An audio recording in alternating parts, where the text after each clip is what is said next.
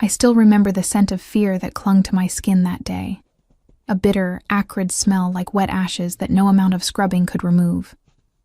The great choosing was upon us, and while the other Omegas floated through the ancient stone halls of the pack house with hope shimmering in their eyes, I kept to the shadows, my pale blonde hair falling forward to hide my face.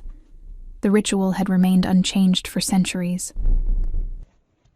Once every generation, when the moon reached its fullest point in the winter sky, all unmated Omegas would gather in the sacred grove.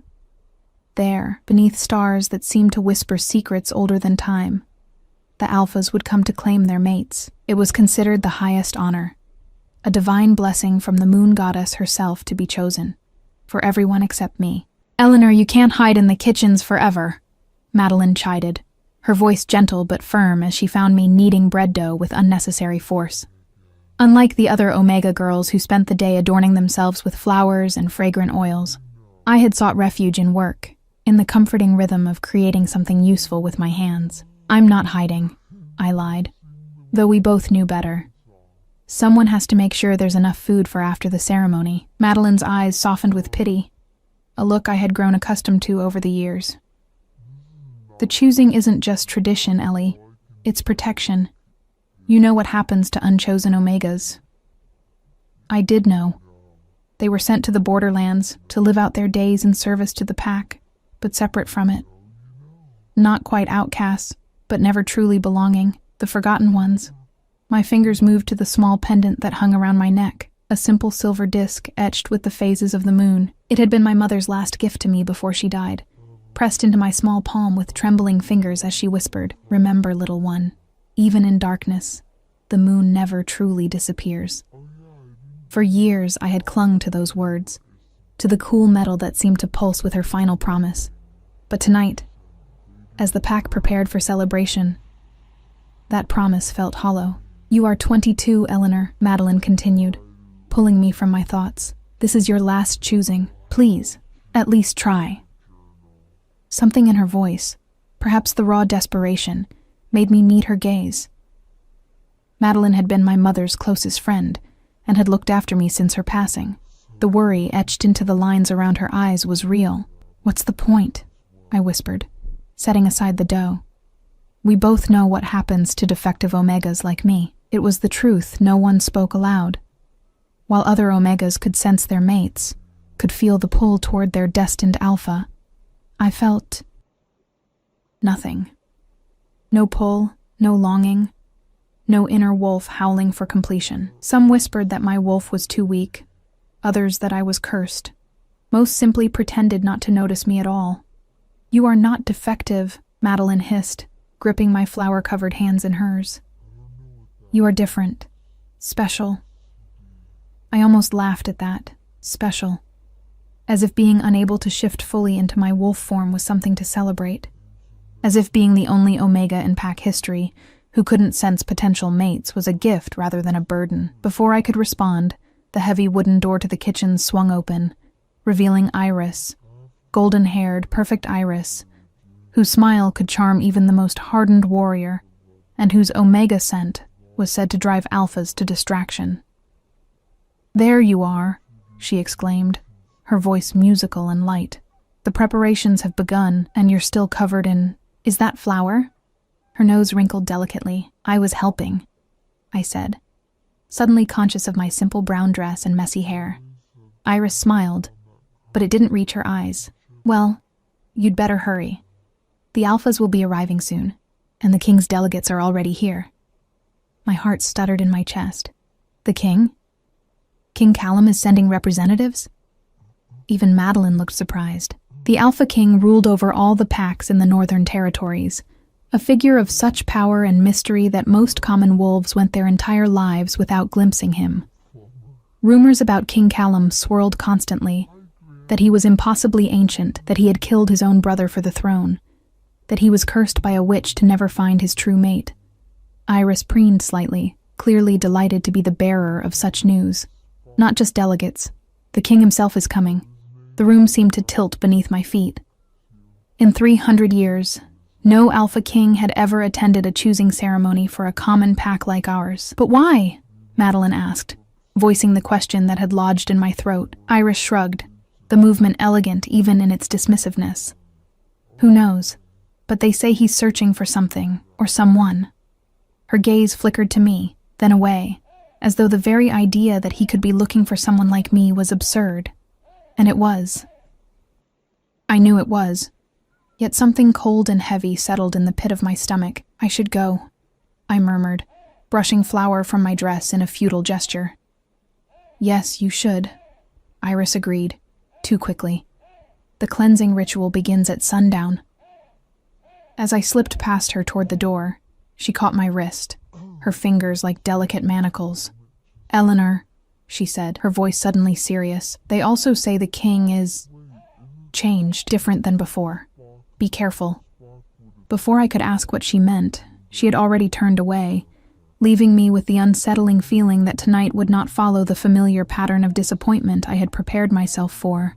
The sacred hot springs steamed in the gathering dusk, the mineral-rich waters glowing an ethereal blue against the darkening forest. Dozens of Omega girls moved through the cleansing rituals, their nervous laughter echoing across the water as they prepared their bodies and spirits for the choosing. I lingered at the edge, waiting until most had finished before slipping into the water, letting its warmth envelop me like an embrace. The springs were said to enhance our natural sense, to make us more appealing to the alphas who would soon arrive. For me, it was simply a moment of peace before the inevitable rejection. Do you think he'll be handsome? A young Omega named Sarah whispered to her friend as they passed by where I soaked. The king, I mean. I heard he hasn't been seen in public for nearly a decade, her companion replied. Not since the curse. I sank deeper into the water, pretending not to listen. What curse? Sarah asked, her voice dropping even lower. They say after his brother's betrayal, something broke in him, that he became more beast than man. That's why he needs a mate so desperately, to break the curse before it consumes him completely. A shiver ran through me that had nothing to do with the cooling air. Legends and curses were as common as stars in the night sky among our kind. But something about this particular story tugged at a memory, a fragment of a tale my mother had once told me about a king whose heart had turned to stone. You're thinking too loudly, came a voice beside me, startling me from my thoughts. I turned to find an older woman I didn't recognize easing into the waters nearby. Her hair was silver as moonlight, her eyes a peculiar amber that seemed to glow in the twilight. She wasn't from our pack. I would have remembered someone with such presence. I'm sorry, I said automatically, though I wasn't entirely sure what I was apologizing for. The woman smiled, the expression transforming her severe features into something almost kind. No need for that, child. The troubled thoughts of the unwanted are often the most interesting. My breath caught. How did you... know? She chuckled, the sound like stones tumbling in a stream. I've lived long enough to recognize the look of someone who believes they don't belong. I should have been offended, but there was no malice in her words. Only a simple statement of truth that was somehow more comforting than Madeline's well-intentioned reassurances. They say the king is coming, I said, not sure why I was confiding in this stranger. Yes, she replied, studying me with those unnerving amber eyes. He searches for what was promised to him. And what's that? Her smile deepened, revealing teeth that seemed just slightly too sharp, the one whose tears can wash away stone. Before I could ask what she meant, a horn sounded in the distance. 3 long, mournful notes that signaled the Alpha's approach. Around us, Omegas scrambled from the water, reaching for robes and flowers in each other's hands in excitement and fear. Your last choosing, the silver-haired woman observed, making no move to leave the water. I nodded, suddenly unable to speak past the knot in my throat. Then perhaps you should actually choose this time, Eleanor, she said, using my name, though I had never given it. The strangeness of the moment was broken by Madeline's voice calling my name. When I turned back, the mysterious woman was gone, leaving only ripples on the water's surface to prove she had been there at all. The sacred grove stood at the heart of our territory, ancient oak trees forming a perfect circle around a clearing bathed in moonlight. Tonight, torches lined the path leading to it, their flames dancing in a wind that carried the scent of anticipation and fear. I walked slowly, deliberately trailing behind the other Omegas in their white ceremonial dresses. Mine was borrowed, slightly too large around the shoulders and too short at the ankles, but it was clean and whole, which was all that mattered for a ritual I had no hope of succeeding in. "Stay close to me," Madeline whispered as we approached the grove.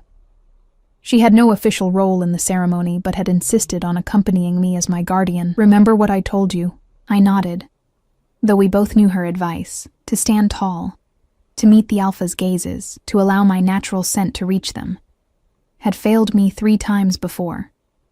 Still, her presence beside me was a comfort I clung to as we passed beneath the ancient archway of twisted oak that marked the entrance to the grove. Inside, the clearing had been transformed. Silver lanterns hung from branches, casting an otherworldly glow across faces both familiar and strange.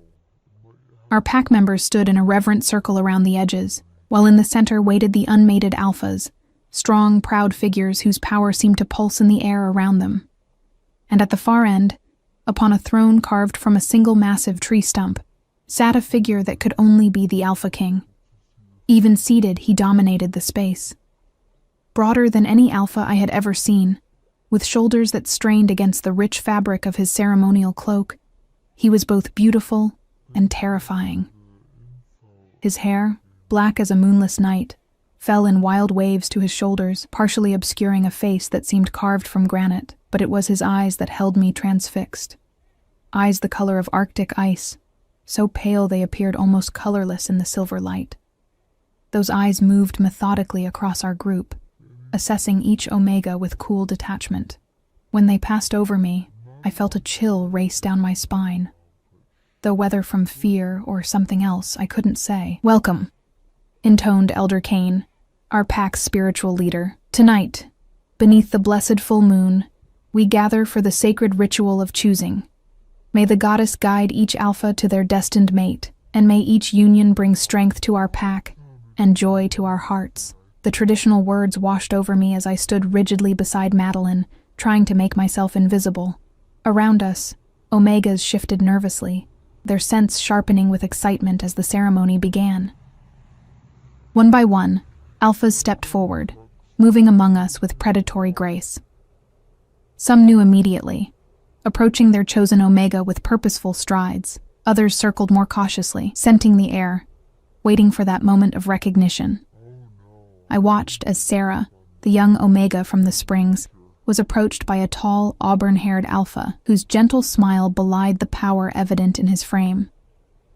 Her face transformed with joy as he extended his hand to her, the connection between them almost visible in the air. Beside me, Madeline squeezed my arm encouragingly, but I could feel her hope fading as alpha after alpha passed by without so much as glancing in my direction. It was happening exactly as it had before, as I had known it would.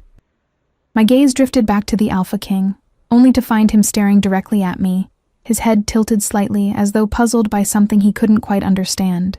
The intensity of his attention made my skin prickle, and I quickly looked away, heart hammering against my ribs. When I dared to look again, he was speaking to a tall, severe-looking beta at his side, his expression dark. The beta nodded and slipped away, disappearing into the shadows beyond the grove. The ceremony continued, the number of unclaimed Omegas dwindling until only a handful remained. Myself, Iris, and 3 others I barely knew. Iris stood tall and confident, her golden beauty drawing admiring glances from several alphas who circled her like wolves around prey. And then, as Elder Kane was about to speak again, a disturbance rippled through the crowd. The beta who had spoken with the king returned, accompanied by 2 massive warriors bearing the royal crest on their armor. Between them, they dragged a struggling figure, a man whose face was hidden by the hood of a ragged cloak. "Your Majesty," the beta announced, his voice cutting through the confused murmurs. "We found him lurking at the edge of the territory as you predicted." The king rose from his throne, and the entire grove fell silent. He moved with unexpected grace for someone of his size, descending the steps to approach the captive with measured strides. "Remove his hood," he commanded, his voice deep and rough, as though it had been scoured by ice. The guards obeyed, yanking back the hood to reveal a face that drew gasps from the assembled pack. The man was handsome in a sharp, cruel way, with features that might have been called aristocratic if not for the scar that twisted his upper lip into a permanent sneer. But it was his eyes that shocked me, eyes identical in their pale, icy color to those of the king. "Brother," the king said, the single word laden with centuries of pain. My hand flew to the pendant at my throat, its metal suddenly burning against my skin as the pieces of an old story clicked into place. The betrayal, the curse, the brother who had tried to seize the throne. Prince Damien, the king's twin, his betrayer, the architect of his suffering, smiled with all the warmth of a winter storm. "Hello, Callum," he said. "I wouldn't have missed your latest failure for the world." The king's face remained impassive, but I felt the surge of his power, raw, untamed alpha energy that crashed through the grove like a tidal wave, causing several Omegas to whimper and sink to their knees. I swayed but remained standing, anchored by some inexplicable force. "The ritual is not yet complete," King Callum replied, his voice terrifyingly calm. "It doesn't matter." Prince Damien laughed, the sound like breaking glass. "You know what the witch said. Only the tears of true love freely given can break your curse. And yet here you are, still forcing Omegas to parade before you like cattle at auction, still believing one of them might actually want the monster you've become." I didn't realize I had moved until I felt Madeline's restraining hand on my arm. Something in the prince's cruel words had awakened a fury in me that I hadn't known I possessed. A protective instinct that made no sense given that the king was the most powerful alpha in existence and needed no defense from someone like me. Yet, as I looked at him, standing rigid and alone despite being surrounded by his subjects, I saw beyond the fearsome exterior to the pain etched in the lines around his eyes, the solitude that hung around him like a cloak. Our gazes met across the clearing, and in that moment, something shifted.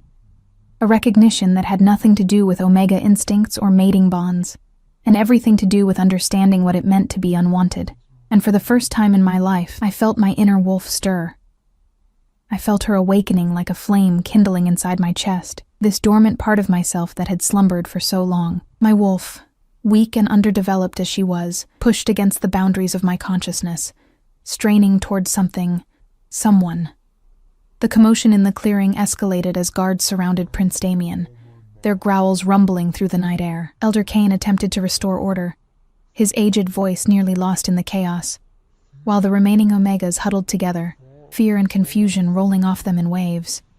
All except Iris, who stood tall, her golden head tilted toward the royal brothers with undisguised interest.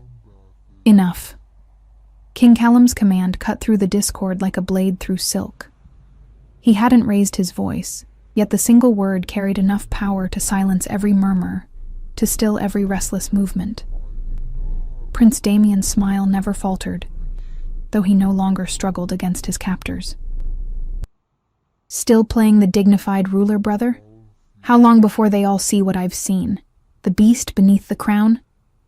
I watched the king's hands curl into fists at his sides, knuckles whitening, and felt an inexplicable urge to go to him, to place my small hands over his large ones until the tension eased. The impulse was so foreign, so contrary to my usual instinct to remain invisible, that I nearly gasped aloud. "Take him away," the king ordered, his arctic gaze never leaving his brother's face. "We will deal with this intrusion after the ceremony is complete." As the guards dragged the still smirking prince away, King Callum turned back to the gathering, his expression once again an impenetrable mask. "My apologies for the interruption. Please, continue." Elder Cain cleared his throat, visibly shaken but determined to maintain tradition. "We have 5 Omegas yet unclaimed," he announced, gesturing to our small group. "As is custom, they will each approach the sacred flame and offer their prayer to the moon goddess." This was the part I dreaded most, the ritual humiliation that came when an Omega remained unchosen. One by one, we would step forward, declare our worthiness as mates, and wait. It was meant to be a final opportunity, a moment when fate might intervene for those passed over in the initial choosing. In my previous 3 ceremonies, I had stood before the flame in silence, unable to speak the words that felt like lies in my mouth. Why proclaim myself worthy when my own wolf seemed to reject me? Iris went first, gliding forward with practiced grace to stand before the silver basin where sacred fire danced. Her voice rang clear and sweet in the night air as she recited the traditional prayer. By moon's light and earth's strength, I offer myself as mate and partner, as mother to future generations, as omega to my alpha's strength. Goddess, guide me to where I belong. Several alphas stirred restlessly, their interest evident, but none stepped forward to claim her. A ripple of surprise moved through the crowd. Iris, rejected? It seemed impossible. One by one, the other omegas followed, each reciting the prayer, each met with silence. When it was my turn, Madeline squeezed my hand and whispered, "Speak from your heart, not just the ritual words." I moved toward the sacred flame on unsteady legs, aware of every eye upon me, of the weight of expectation, and the certainty of disappointment. The heat of the fire warmed my face as I stood before it, my mind emptying of the traditional words, leaving only the truth that I had never dared to speak aloud. "I have no grand offering," I began, my voice barely audible even to my own ears. "I cannot promise to be what everyone believes an Omega should be." A murmur rippled through the assembly, and Elder Kane frowned at my deviation from the ritual words. But something compelled me to continue, to finally give voice to the thoughts that had lived inside me for so long. My wolf is weak, my connection to her fragile. I do not feel the pull that others describe, the certainty of knowing who I am meant for. I paused, my fingers finding the pendant at my throat, drawing strength from its familiar contours. But I know what it means to survive in shadows, to find worth in being useful rather than desired. I know how to wait through darkness, believing that light will return. The words came not from any script, but from some place deeper, a wellspring of truth I hadn't known existed within me. As I spoke, I felt my wolf stir again, pressing closer to the surface of my consciousness than she had ever been before. I do not ask to be chosen out of pity or obligation. I ask only for the chance to belong somewhere, to someone who sees me as I am. Not defective, not cursed, just different. My voice broke on the last word, and I felt a single tear track down my cheek, dropping into the sacred flame with a soft hiss. The fire flared suddenly, leaping higher with a burst of silver blue light that drew gasps from the watching crowd. And then, silence, a silence so complete it seemed to swallow even the sound of breathing. I kept my eyes on the flame, unwilling to face the pity or disgust that I knew would greet me when I turned around. This was how it always ended, with silence, with rejection, with the long walk back to a life lived on the margins. The sudden pressure of a presence behind me was so unexpected that I nearly stumbled backward into the fire. A hand steadied me, large, warm, powerful, gripping my elbow with surprising gentleness. "Look at me," commanded a voice that seemed to bypass my ears and speak directly to something primal within me. Slowly, I turned, already knowing who I would find. King Callum towered over me, his pale eyes no longer distant, but focused with unsettling intensity on my face. This close, I could see the fine lines of exhaustion around his eyes, the slight tremor in the hand that wasn't holding my arm, the way his jaw clenched as though in pain. "Your name," he said, the words somewhere between question and demand. "Eleanor," I whispered, suddenly aware of the absolute silence that had fallen over the sacred grove, of the hundreds of eyes watching this impossible moment unfold. "Eleanor," he repeated, my name sounding different in his mouth, significant, almost sacred. "You cried." It wasn't what I expected him to say, and confusion must have shown on my face because his expression softened fractionally. "Your tear," he clarified, gesturing to the sacred flame, which still burned with an unusual silver-blue hue, given freely, without manipulation or force. Understanding dawned slowly. The witch's curse, only the tears of true love freely given. But that couldn't be what he meant. We were strangers. There was no love between us, true or otherwise. "I don't understand," I admitted, forgetting for a moment that I was speaking to the Alpha King, that protocol demanded formality and deference. Something that might have been a smile in another lifetime ghosted across his severe features. "That makes two of us." Before I could respond, He turned to address the assembled pack, his hand still firmly on my elbow, as though he feared I might flee. Perhaps he was right to worry. The urge to run, to hide, to return to the safety of invisibility was nearly overwhelming. "The choosing is complete," he announced, his voice carrying effortlessly across the clearing.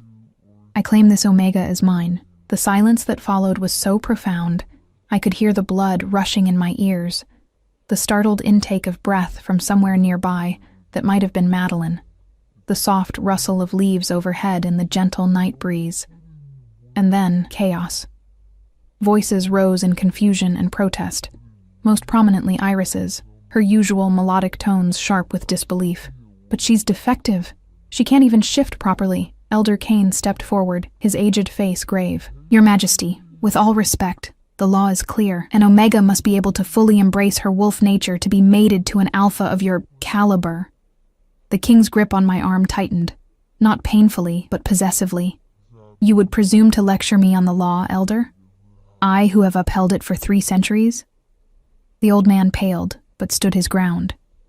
"The law exists to protect both Alpha and Omega. A weak bond endangers both, and with your condition—" "My condition," King Callum interrupted, his voice dangerously soft, "is my concern alone. I should have been terrified. I should have been desperately seeking escape from this impossible situation. Instead, I found myself studying the king's face, noticing the way muscle jumped along his jaw, the almost imperceptible widening of his pupils, the faint sheen of sweat at his temple despite the cool night air. He was in pain, constant grinding pain that he hid behind that impassive expression and regal bearing. "You're hurt," I said quietly. The words meant only for him. His eyes snapped to mine, surprise momentarily replacing the cold control. "What did you say?" "You're hurting," I repeated, keeping my voice low. "I can see it." For a heartbeat, his mask slipped, revealing such raw vulnerability that I almost couldn't bear to look at it. Then it was gone, locked away behind walls built over centuries. "Come," he said, ignoring the continuing protests around us. "We leave immediately." "But—" I glanced toward Madeline, who stood frozen at the edge of the clearing, her face a mixture of fear and disbelief. "You may say your goodbyes," he conceded, releasing my arm but remaining close, as though uncertain I wouldn't vanish if he let me out of his sight. Quickly, I moved toward Madeline on legs that felt disconnected from my body, the unreality of the situation making the short distance seem infinite.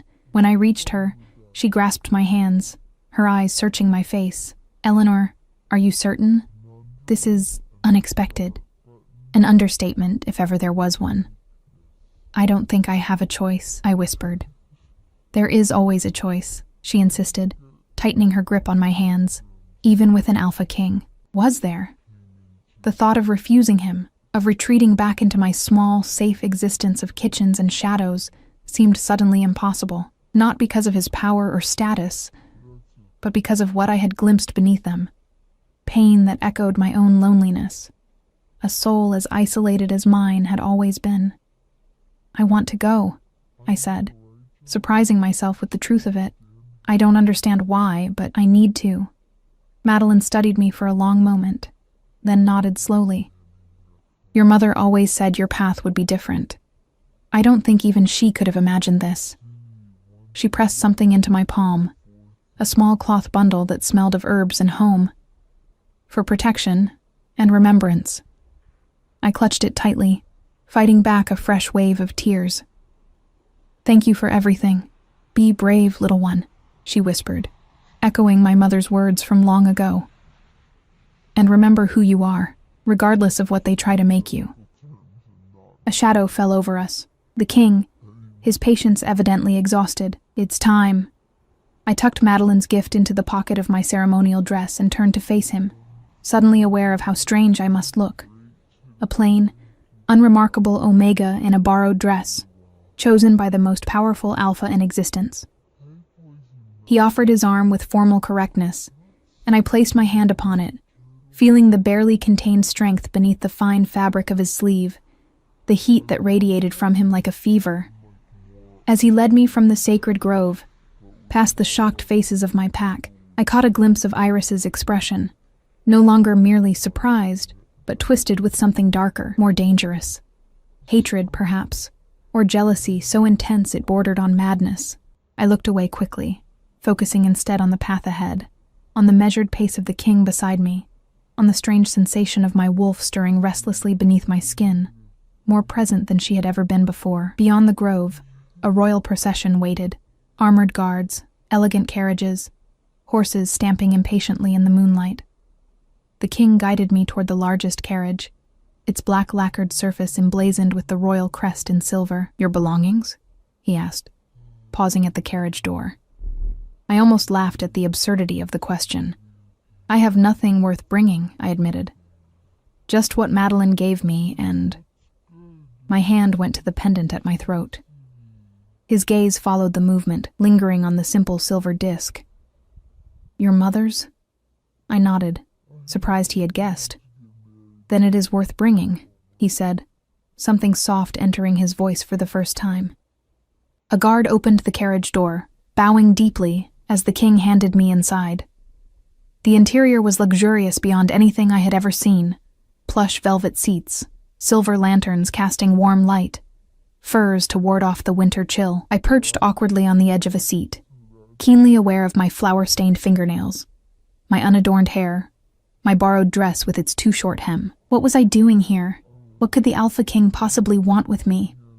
He entered after me, his massive frame making the spacious carriage seem suddenly cramped. As he settled across from me, I noticed again the careful way he moved, as though every gesture required calculated control. "You have questions," he stated, as the carriage lurched into motion, beginning the journey that would take me away from everything I had ever known. A hysterical laugh threatened to bubble up from my chest. Questions? I had nothing but questions, each one more impossible than the last. "Why me?" I finally managed, the only question that seemed to matter. His expression remained unreadable, but something flickered in those pale eyes. Uncertainty, perhaps, or a vulnerability he wasn't accustomed to revealing. "I don't know," he admitted, the honesty surprising me. "But when you spoke, when you cried, something happened. Something I've been waiting for a very long time." "The curse," I whispered. He tensed, wariness replacing the momentary openness. "What do you know of curses, little Omega?" The endearment, spoken without warmth, reminded me of the vast distance between us, not just in status but in experience, in power, in time itself. He had lived for centuries. I was barely into my 20s, only stories, I said cautiously. "And what your brother mentioned about tears and true love." His jaw tightened, a muscle leaping beneath the skin. "My brother speaks too freely of matters he doesn't understand." "Then help me understand," I countered, bolder than I had ever been in my life. "If I'm to be your mate, don't I deserve to know what that means?"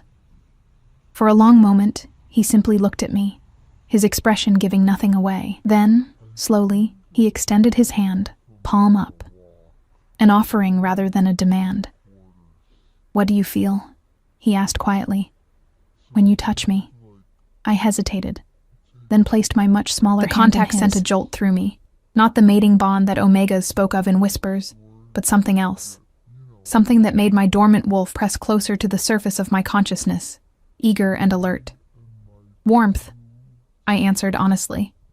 "And recognition, somehow. As though my wolf knows something I don't." He nodded, as though my answer confirmed something he had suspected. "The curse is complex, woven with old magic that even I don't fully comprehend. But at its heart, it's simple. I am becoming what my brother already believes me to be. A monster, more beast than man, with each passing year." I studied his face, seeing now what I had missed before.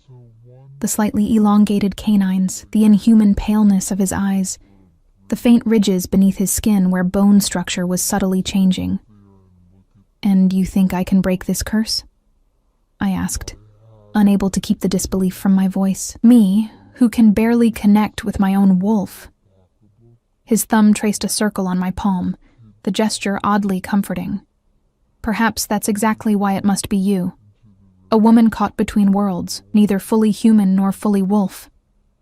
Like him, I realized with sudden clarity, he too existed in a liminal space, trapped between his human form and the monster the curse was slowly turning him into. What happens now? I asked, my voice barely audible over the rumble of carriage wheels. Now, he said, still holding my hand in his much larger one. We return to the palace and discover whether fate or mere coincidence brought you to me. As the carriage carried us through the winter night, away from everything familiar and toward an uncertain future, I felt my wolf stir once more. Not with fear, but with a strange, wild hope that perhaps, after a lifetime of not belonging, I had finally found where I was meant to be. Even if it was beside a cursed king who might, at any moment, become the monster he feared. The journey to the royal palace took 3 days. 3 days of silence broken only by the most necessary conversation. 3 days of watching the landscape transform from the familiar forests of my territory to the rugged mountain ranges of the north. 3 days of studying the Alpha King when he thought I wasn't looking, cataloging the moments when pain flashed across his features. The way he sometimes pressed his palm against his chest, as though trying to contain something struggling to break free. Each night, we stopped at designated safe houses, small, fortified structures maintained for royal travel. Each night, I was given my own chamber, guarded by silent warriors who never met my gaze. Each night, I lay awake, listening to the sounds of the king pacing in the room adjacent to mine, his restlessness a tangible thing that seemed to seep through the walls. By the 3rd day, exhaustion had left dark circles beneath my eyes that matched the king's own. When the palace finally came into view, its imposing silhouette stark against the twilight sky, I nearly wept with relief. "It's beautiful," I murmured, the words escaping before I could consider whether the Alpha King would welcome my opinion. He glanced at me, surprise briefly displacing the mask of controlled neutrality he wore. "You find it so?" Most see only coldness in its design. I studied the palace more carefully, taking in the soaring towers of pale stone, the massive walls that caught the dying sunlight and transformed it into ribbons of gold and amber. There was an austerity to it, certainly, but also a wild elegance that spoke to something deep within me. "It looks like it grew from the mountain itself," I said, "like it belongs there." Something shifted in his expression. Not quite a smile, but a softening around the eyes that transformed his severe features. "You have a way of seeing beyond surfaces, Eleanor." The sound of my name in his deep voice sent an unexpected warmth through me. Throughout our journey, he had called me Omega when he addressed me at all, maintaining a careful distance despite the intimacy of our shared carriage. As we passed through the massive gates, I felt a prickle of awareness. Hundreds of eyes watching from windows and doorways, curious and assessing. The royal household, coming to inspect their king's unexpected choice. The carriage stopped in a vast courtyard, and a tall, elegant woman with steel-gray hair stepped forward as the door opened. She bowed formally to the king, then turned a penetrating gaze on me. "Your Majesty, I see the choosing was successful." There was a wealth of meaning in how she hesitated before that last word, and I felt myself shrinking under her scrutiny, all too aware of my travel-rumpled dress and simple appearance. "Lady Helena," the king acknowledged, his tone revealing nothing of his thoughts. "This is Eleanor. She will be given the royal chambers adjacent to mine." Lady Helena's eyebrows rose fractionally, the only indication of surprise in her otherwise composed demeanor. "Of course, Your Majesty. They will be prepared immediately."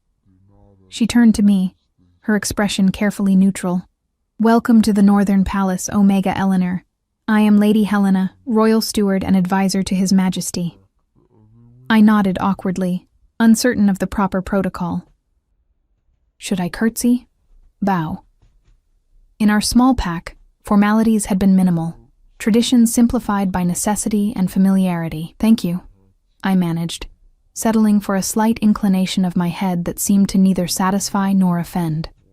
Lady Helena's lips thinned, but she said nothing further, merely gesturing for me to follow as she led the way into the palace. The king remained in the courtyard, immediately surrounded by advisors and guards, all speaking in urgent, hushed tones. I glanced back at him once, catching his eye briefly before he was swallowed by the crowd. In that moment, I saw something that might have been reassurance, or might have been warning. I couldn't tell which.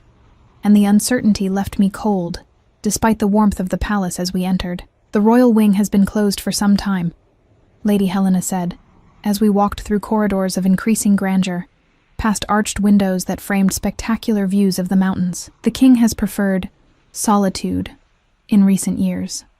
The careful way she chose her words told me more than what she actually said. The king had isolated himself, withdrawn from the normal functioning of court life, because of the curse, I presumed, though I knew better than to ask directly. "These will be your chambers," she announced, stopping before an ornately carved double door. "They are connected to the king's suite through a shared sitting room, though that door has remained locked for many years." She pushed open the doors to reveal a space so vast and luxurious that I momentarily forgot to breathe. Sunlight streamed through tall windows, illuminating a sitting area with elegantly curved furniture, a massive canopied bed draped in rich fabrics, and doorways leading to what appeared to be additional rooms beyond. "This is for me?" I asked, unable to keep the disbelief from my voice. Lady Helena's expression softened marginally. "These are the traditional quarters for the royal mate. They have not been used since Queen Alara's passing over 2 centuries ago." I stepped into the room cautiously, feeling like an intruder in a sacred space. The air held the faintest trace of something floral. Not dust, as I might have expected from long unused chambers, but the lingering ghost of perfume, as though the queen's presence had been carefully preserved. "Queen Alara was the king's mother," Lady Helena continued, moving to draw back heavy curtains and let in more light. "She died during the Northern Wars, before the incident with Prince Damien. So many careful omissions, so many delicate pauses. I wondered if I would ever hear the full truth of what had happened between the royal brothers, what had led to the curse that now threatened to consume the king. "Ladies in waiting will attend you shortly," Lady Helena said, moving toward the door. "They will help you bathe and dress appropriately for dinner. The king expects your presence at the high table tonight." Panic fluttered in my chest. "Tonight? But I don't know the customs, the protocols." "You will learn," she interrupted, her tone making it clear this was not a matter for debate. "As all royal consorts have before you." I wasn't a consort yet, not officially, but I didn't correct her. Instead, I asked the question that had been gnawing at me since our arrival. "Lady Helena, why did the king choose me, truly?" She paused at the doorway, studying me with eyes that had surely witnessed centuries of court intrigue and royal secrets. "That," she said finally, "is something you must ask him yourself. But I will tell you this. In 300 years, I have never seen him bring an Omega to these chambers." With that cryptic statement, she left, closing the doors softly behind her and leaving me alone in the oppressive grandeur of my new surroundings. The promised attendants arrived shortly after, 3 beta women who introduced themselves as Mira, Senna, and Daria. They moved with practiced efficiency, filling a massive marble bath with steaming water scented with oils, laying out undergarments of fine linen and silk, and presenting me with a gown of deep midnight blue that looked more appropriate for a queen than a common Omega who had spent most of her life in a pack kitchen. "I can't wear this," I protested, as Senna held up the gown for my inspection. "It's too fine, too royal," Mira suggested, her tone gentle but firm. "You are to sit beside the king tonight, Omega Eleanor. Your appearance reflects upon him." Put that way, I could hardly refuse. I allowed them to guide me through the unfamiliar rituals of royal preparation, the long soak in the scented bath, the careful drying and brushing of my hair, until it shone like pale silk, the application of subtle cosmetics to enhance rather than transform my features. When they finally turned me to face the mirror, I hardly recognized myself. The woman who stared back at me looked elegant, composed, almost regal. Nothing like the flour-dusted kitchen worker I had been just days ago. "The pendant," I said suddenly, reaching for the silver disc that had been removed during my bath. "I need to wear it." The attendants exchanged glances, clearly doubting the simple adornment's place with the elaborate gown, but Mira nodded and fastened it around my neck without comment. The familiar weight of it against my skin was instantly calming, a reminder of who I was beneath the finery. "It's time," Daria announced, glancing toward a clock I hadn't noticed earlier. "We'll escort you to the dining hall." I followed them through a dizzying maze of corridors, trying to memorize the route but quickly becoming hopelessly lost in the vastness of the palace. Everywhere we passed, eyes followed, curious, assessing, sometimes openly hostile. Word of my arrival had clearly spread, along with speculation about what it might mean. The dining hall took my breath away, a cavernous space with a vaulted ceiling from which hung enormous chandeliers, their hundreds of candles casting golden light over long tables arranged in hierarchical rows. At the far end, on a raised dais, stood the high table where the king would sit. He was already there when we arrived, engaged in conversation with Lady Helena and several other advisors. As I approached, guided by my attendants, the hall gradually fell silent, conversation dying as all eyes turned to watch my progress. The king looked up, his pale gaze finding me unerringly across the distance. For a moment, something flickered in his expression, surprise, perhaps, or approval, before the familiar mask of neutrality descended once more. I kept my eyes fixed on him as I walked, using his solid presence as an anchor in this sea of strangers. When I reached the dais, I hesitated, uncertain of the protocol. Should I bow? Speak? Wait to be acknowledged? The king solved my dilemma by rising and extending his hand to me, a formal gesture that nonetheless felt intimate in the watchful silence of the hall. "Eleanor," he said, his deep voice carrying easily in the hushed space. "You honor us with your presence." I placed my hand in his, feeling again that strange jolt of recognition, the stirring of my wolf beneath my skin. "Thank you for inviting me, Your Majesty." He guided me to the seat at his right, the position of highest honor, I would later learn, and remained standing until I was seated. As he resumed his own chair, a subtle signal must have been given, for the hall erupted into sound once more, conversations resuming with an intensity that suggested many of them centered on me. "You look—" The king paused, seeming to search for an appropriate word. "Well, despite everything, the strangeness of my situation, the watchful eyes, the weight of expectation, I found myself fighting a smile at his stilted compliment. "Thank you. So do you." It was true. He had exchanged his travel clothes for formal attire that emphasized the breadth of his shoulders and the lean strength of his frame. His dark hair had been pulled back, revealing the sharp angles of his face more clearly. He looked every inch the Alpha King, powerful, commanding, dangerous. Yet I could still see the signs of strain around his eyes, the careful way he held himself, as though constantly monitoring something within. Servants appeared, placing the first course before us, some delicate soup that smelled of herbs and wild mushrooms. I watched the king from the corner of my eye, mimicking his movements as he lifted his spoon, grateful for the simple task that gave me something to focus on besides the hundreds of staring eyes. "They're curious about you," he said quietly, pitched for my ears alone. "It has been some time since I showed interest in any Omega."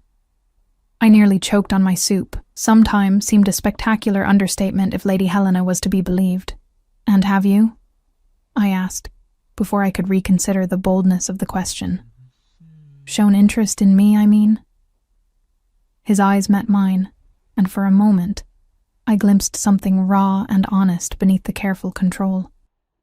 "I brought you here," he said simply. "I have brought no other." Before I could respond, a commotion at the entrance to the hall drew all attention. Guards moved into defensive positions as a familiar figure strode through the doors, flanked by royal warriors who seemed uncertain whether they were escorting or restraining him. Prince Damien had cleaned up since I'd last seen him, his ragged cloak replaced by elegant attire that rivaled the king's own. His scar gleamed silver in the candlelight, giving his smile a predatory quality as he approached the high table. Beside me, the king had gone utterly still, though I could feel the tension radiating from him like heat from a flame. "Brother," Prince Damien called, his voice carrying easily through the now silent hall. "How remiss of you not to invite me to dinner, especially when you're introducing your new pet to court." I felt, rather than saw, the king's control slip, a surge of alpha power so intense that several nearby servants dropped to their knees, necks bared in instinctive submission. My own wolf cowered, though not from fear of the king himself, but from fear for him, for what this loss of control might mean. Without thinking, I placed my hand over his where it gripped the edge of the table with enough force to whiten his knuckles. "Breathe," I whispered, an echo of what my mother used to tell me when my own emotions threatened to overwhelm my tenuous connection to my wolf. "Just breathe." To my astonishment, he did, drawing a deep breath that seemed to steady him. The oppressive wave of alpha energy receded, allowing the servants to rise shakily to their feet. "Prince Damien," the king acknowledged, his voice betraying none of the strain I could feel in the rigid muscles beneath my palm. "I was not aware you had been released from the holding cells." "Oh, come now, Callum," Damien laughed, using the king's given name with deliberate disrespect. "Did you really think those cells could hold me? Besides, I couldn't miss meeting the latest candidate for breaking your curse." His gaze shifted to me, ice-pale eyes so like his brother's yet utterly different in their cold amusement. "Though I must say, your standards have fallen considerably. At least the others had functioning wolves." I felt the words like a physical blow, my free hand instinctively rising to touch my pendant for reassurance. The king tensed beneath my touch, but before he could respond, another voice cut through the tension. "That's quite enough, Prince Damien." Lady Helena had risen from her seat further down the high table, her regal bearing and commanding tone making it clear why she held the position of royal steward. "You will address the king with proper respect, or you will be escorted back to your cell, in chains this time, if necessary." Prince Damien's smile never faltered, though something dangerous flashed in his eyes. "Always the loyal servant, Helena. Tell me, does my brother know what you did? What you helped the witch conceal?" Lady Helena paled visibly, her composure cracking for the first time since I'd met her. "You speak of matters you don't understand." "Oh, I understand perfectly," Damien countered, his gaze moving between her and the king. "I understand that my dear brother has brought another innocent Omega into this cursed palace, hoping she'll be the one to save him. How many does this make, Callum? 12? 2? And when she fails as all the others have, will you discard her as well? Or will this one end up like, enough?" The king's roar shook the very foundations of the hall, glasses vibrating on tables, candle flames guttering in the surge of power that accompanied the word. He stood abruptly, my hand falling away from his. "Guards, escort my brother to the eastern wing. He is confined there until I decide otherwise. Any servant who assists him in leaving will face execution." The guards moved immediately, surrounding Prince Damien, who, remarkably, offered no resistance. He merely bowed with exaggerated courtesy, first to the king, and then, more deeply, to me. "Enjoy your stay in the Palace of Bones, little Omega," he said softly as the guards led him away. "And remember, every curse has a price, and it's never the guilty who pay it." As the doors closed behind him, the hall remained silent, hundreds of eyes moving between the king and me, speculation and fear mingling in equal measure. I sat frozen, Prince Damien's words echoing in my mind. "How many does this make? And when she fails, as all the others have, will you discard her as well?" The king remained standing, his breathing heavy, his control visibly fraying. Without looking at me, he addressed the hall. "Continue your meal. Lady Helena will preside." Then, more quietly, to me, "Come with me." I rose on unsteady legs, aware of the whispers that followed us as he led me from the hall. His pace so rapid I had to nearly run to keep up. We moved through corridors I hadn't seen before, ascending staircases that spiraled upward until we emerged onto a stone balcony high in one of the palace towers. The night air was bitterly cold, stars blazing with impossible clarity in the mountain sky.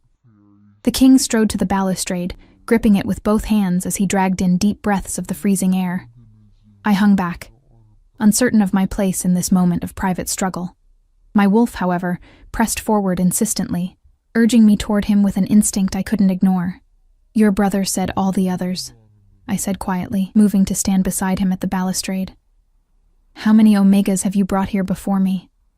For a long moment, I thought he wouldn't answer. When he finally spoke, his voice was rough, as though the words were being torn from him. 7. 7 Omegas over 3 centuries. The number was both larger and smaller than I had feared. And what happened to them? He turned to face me then, and in the moonlight, I could see the changes more clearly. The elongated canines, the subtle ridge of bone across his brow, the inhuman glow of his eyes. The curse advancing, reshaping him bit by bit into something other than human, other than wolf. "They failed," he said simply. "Or I failed." The curse remained unbroken. "And then?" I pressed, needing to know, needing to understand what fate awaited me if I failed as well. Then they were sent home, with wealth enough to ensure their comfort for the remainder of their lives. His expression darkened. Despite what my brother implied, I am not in the habit of discarding people when they no longer serve my purpose. Relief washed through me, though it was quickly followed by confusion. Then what did he mean about someone ending up differently? The king turned away again, his gaze fixed on the distant mountains. "That is a story for another time. Tonight I brought you here for a different purpose." He held out his hand to me, palm up as he had in the carriage days ago. "The full moon rises. I need to know if what I sensed in you was real or merely desperation on my part." I placed my hand in his, feeling the now familiar surge of recognition, the stirring of my wolf. "What do you need me to do?" "Shift with me," he said, his fingers closing around mine. "Let me see your wolf." Fear clutched at my throat. This was the moment I had dreaded since leaving my pack. The inevitable disappointment when he discovered just how broken my connection to my wolf truly was. In our territory, I had been able to hide my inability to fully shift, to make excuses, to avoid situations that would expose my deficiency. Here, with the Alpha King watching, there would be nowhere to hide. "I can't," I whispered, shame burning hot in my cheeks. "I've never been able to complete a full shift. My wolf she's too weak, too disconnected." Instead of the disgust or disappointment I expected, his expression softened with something that might have been understanding. "Show me what you can do," he said. "I need to see, Eleanor." The gentleness in his voice, the use of my name rather than Omega, gave me the courage to try. I closed my eyes, turning inward to the place where my wolf resided, that shadowy, elusive part of myself that had always felt just beyond reach. She was there, more present than she had ever been, pressing eagerly against the boundaries that had always contained her. I felt her yearning, her desire to break free, to run beneath the full moon. "Let go," the king murmured, his voice seeming to speak directly to my wolf. "Trust her, and let go." I had spent my life fighting to control the partial shifts that were all I could manage. The embarrassing moments when claws emerged unbidden, when teeth sharpened at inappropriate times. Now, I tried to do the opposite, to surrender control, to let my wolf take the lead. Pain lanced through me as the shift began, bones grinding, muscles stretching. I gasped, nearly pulling back from the edge as I always had before, but the king's hand tightened around mine. "Stay with it," he commanded, alpha authority ringing in his voice. "She's stronger than you know." I forced myself to push through the pain, to keep moving toward the shift rather than away from it. My wolf surged forward eagerly, and for the first time in my life, I felt the exhilarating sensation of our spirits aligning, merging, becoming one. The world shifted around me, colors intensifying, scents sharpening. I dropped to all fours as my body transformed, fur rippling across my skin, paws replacing hands and feet. The process was agonizing, but also thrilling. A rush of power unlike anything I had ever experienced, and then it was done. The transformation complete. I stood on the stone balcony in my wolf form, small compared to most Omegas, my fur the same pale blonde as my human hair, but undeniably, completely wolf.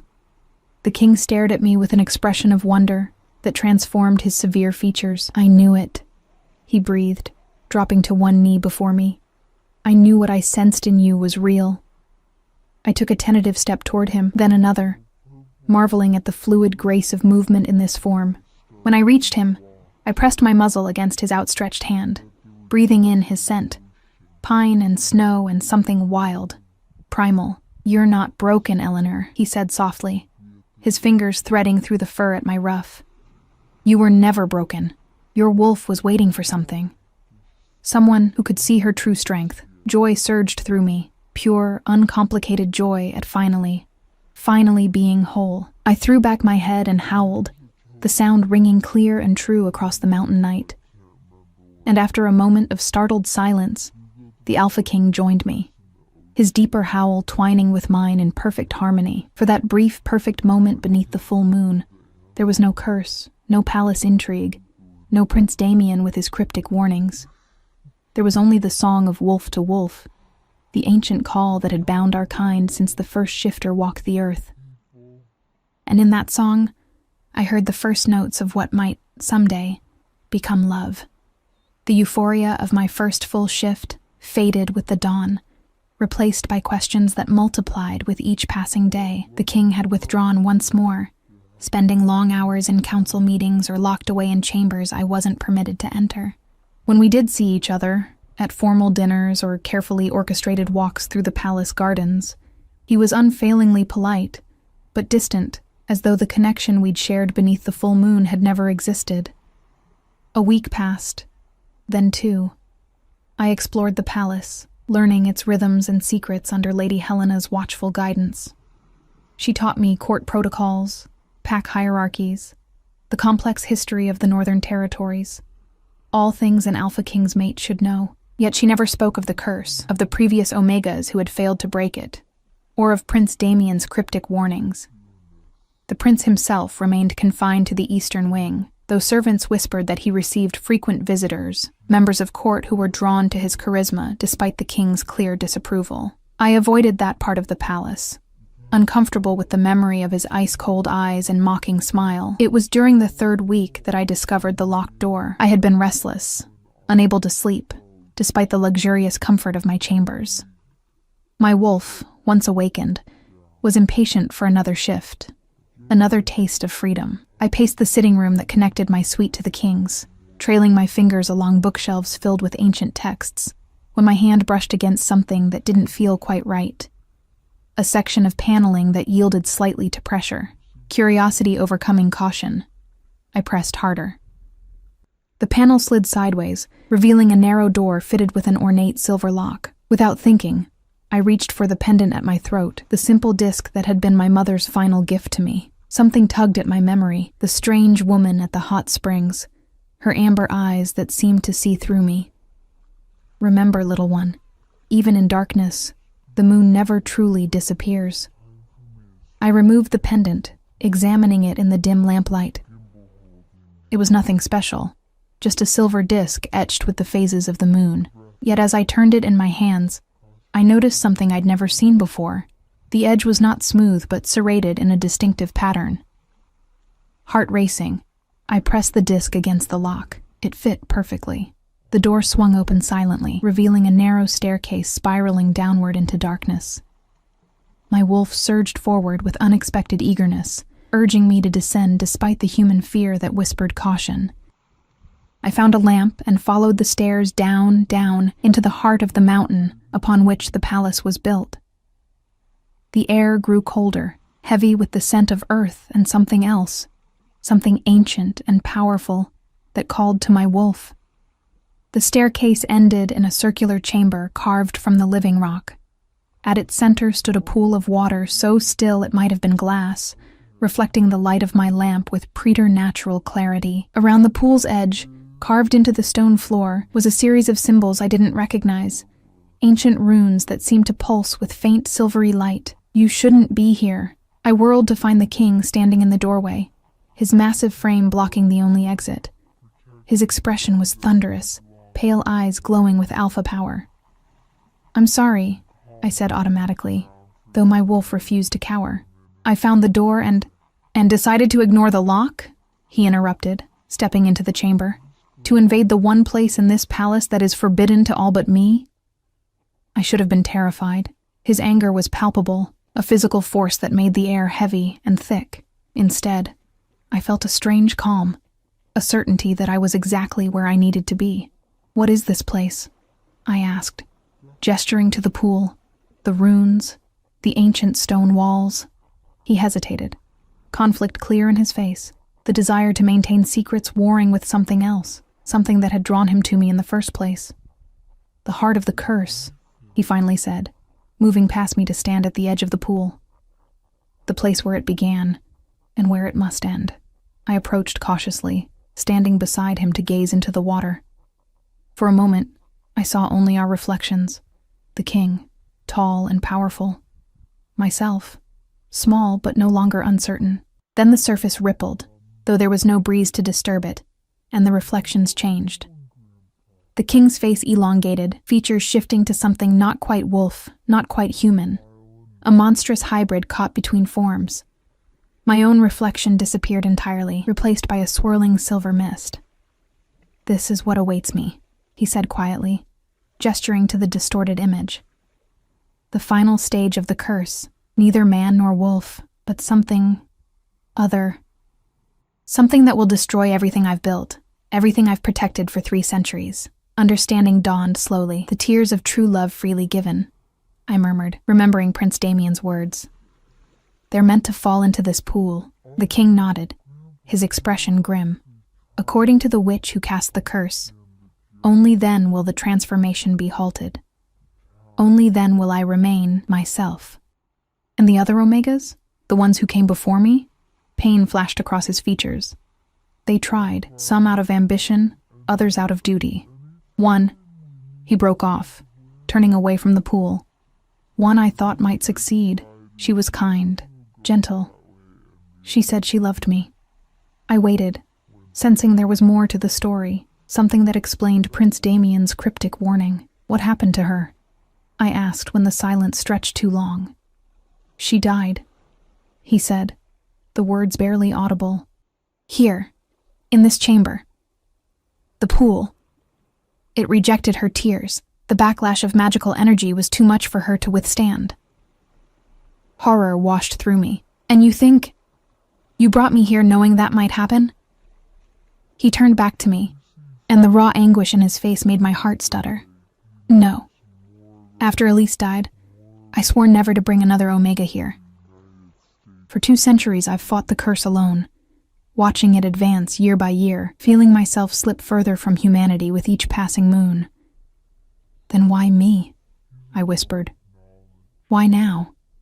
"Because I'm running out of time," he admitted, his voice breaking. "Because when you spoke at the choosing, when you cried that single tear, something happened that I haven't felt in centuries. Hope, Eleanor. You gave me hope." He reached for me then, his large hands framing my face with unexpected gentleness. "But I won't risk your life, not even to save myself. When I saw you here, I realized how selfish I've been, bringing you to this cursed place without telling you the full truth." I covered his hands with my own, feeling the slight tremor in them. "Tell me now," I said. "All of it." And so he did, there beside the pool of ancient magic. He told me of the witch who had loved Prince Damien, of how she had cursed the king when he banished his brother for attempting to seize the throne. He spoke of centuries spent searching for a way to break the curse, of the slow, inexorable transformation that was consuming him, of the monster he feared becoming.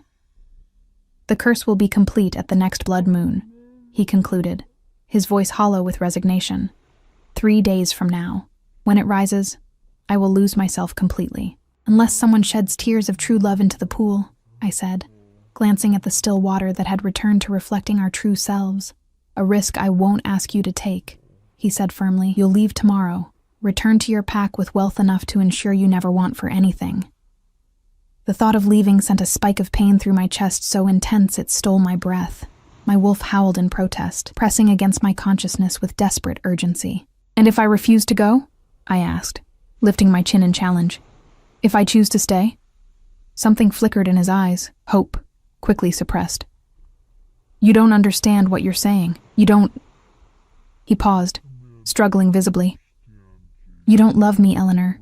You can't. We've barely known each other." "I don't know if I love you," I admitted, the honesty coming easily. "But I know my wolf recognized something in you from the moment we met. I know you helped me find a part of myself I thought was broken beyond repair. And I know I'm not leaving you to face this alone." I reached up, touching his face, feeling the warmth of his skin, the slight roughness where inhuman bone structure pressed against it. "Let me try," I whispered. "Let me choose this time, as you once suggested I should." For a long moment, he simply looked at me, conflict and longing warring in his expression. Then, slowly, he nodded. 3 days, he said. 3 days to see if what your wolf senses is enough. 3 days to fall in love with a cursed king. 3 days to save him, or watch him become a monster. As we ascended the stairs, leaving the ancient chamber behind, I felt the weight of the pendant against my skin, my mother's last gift, which had somehow led me exactly where I needed to be. For the first time since arriving at the palace, I felt certain of my path. I might not yet love the Alpha King, but I would fight for him. And in fighting for him, perhaps I would discover whether the connection between us was strong enough to break a centuries-old curse, whether my tears, when they came, would be tears of true love freely given.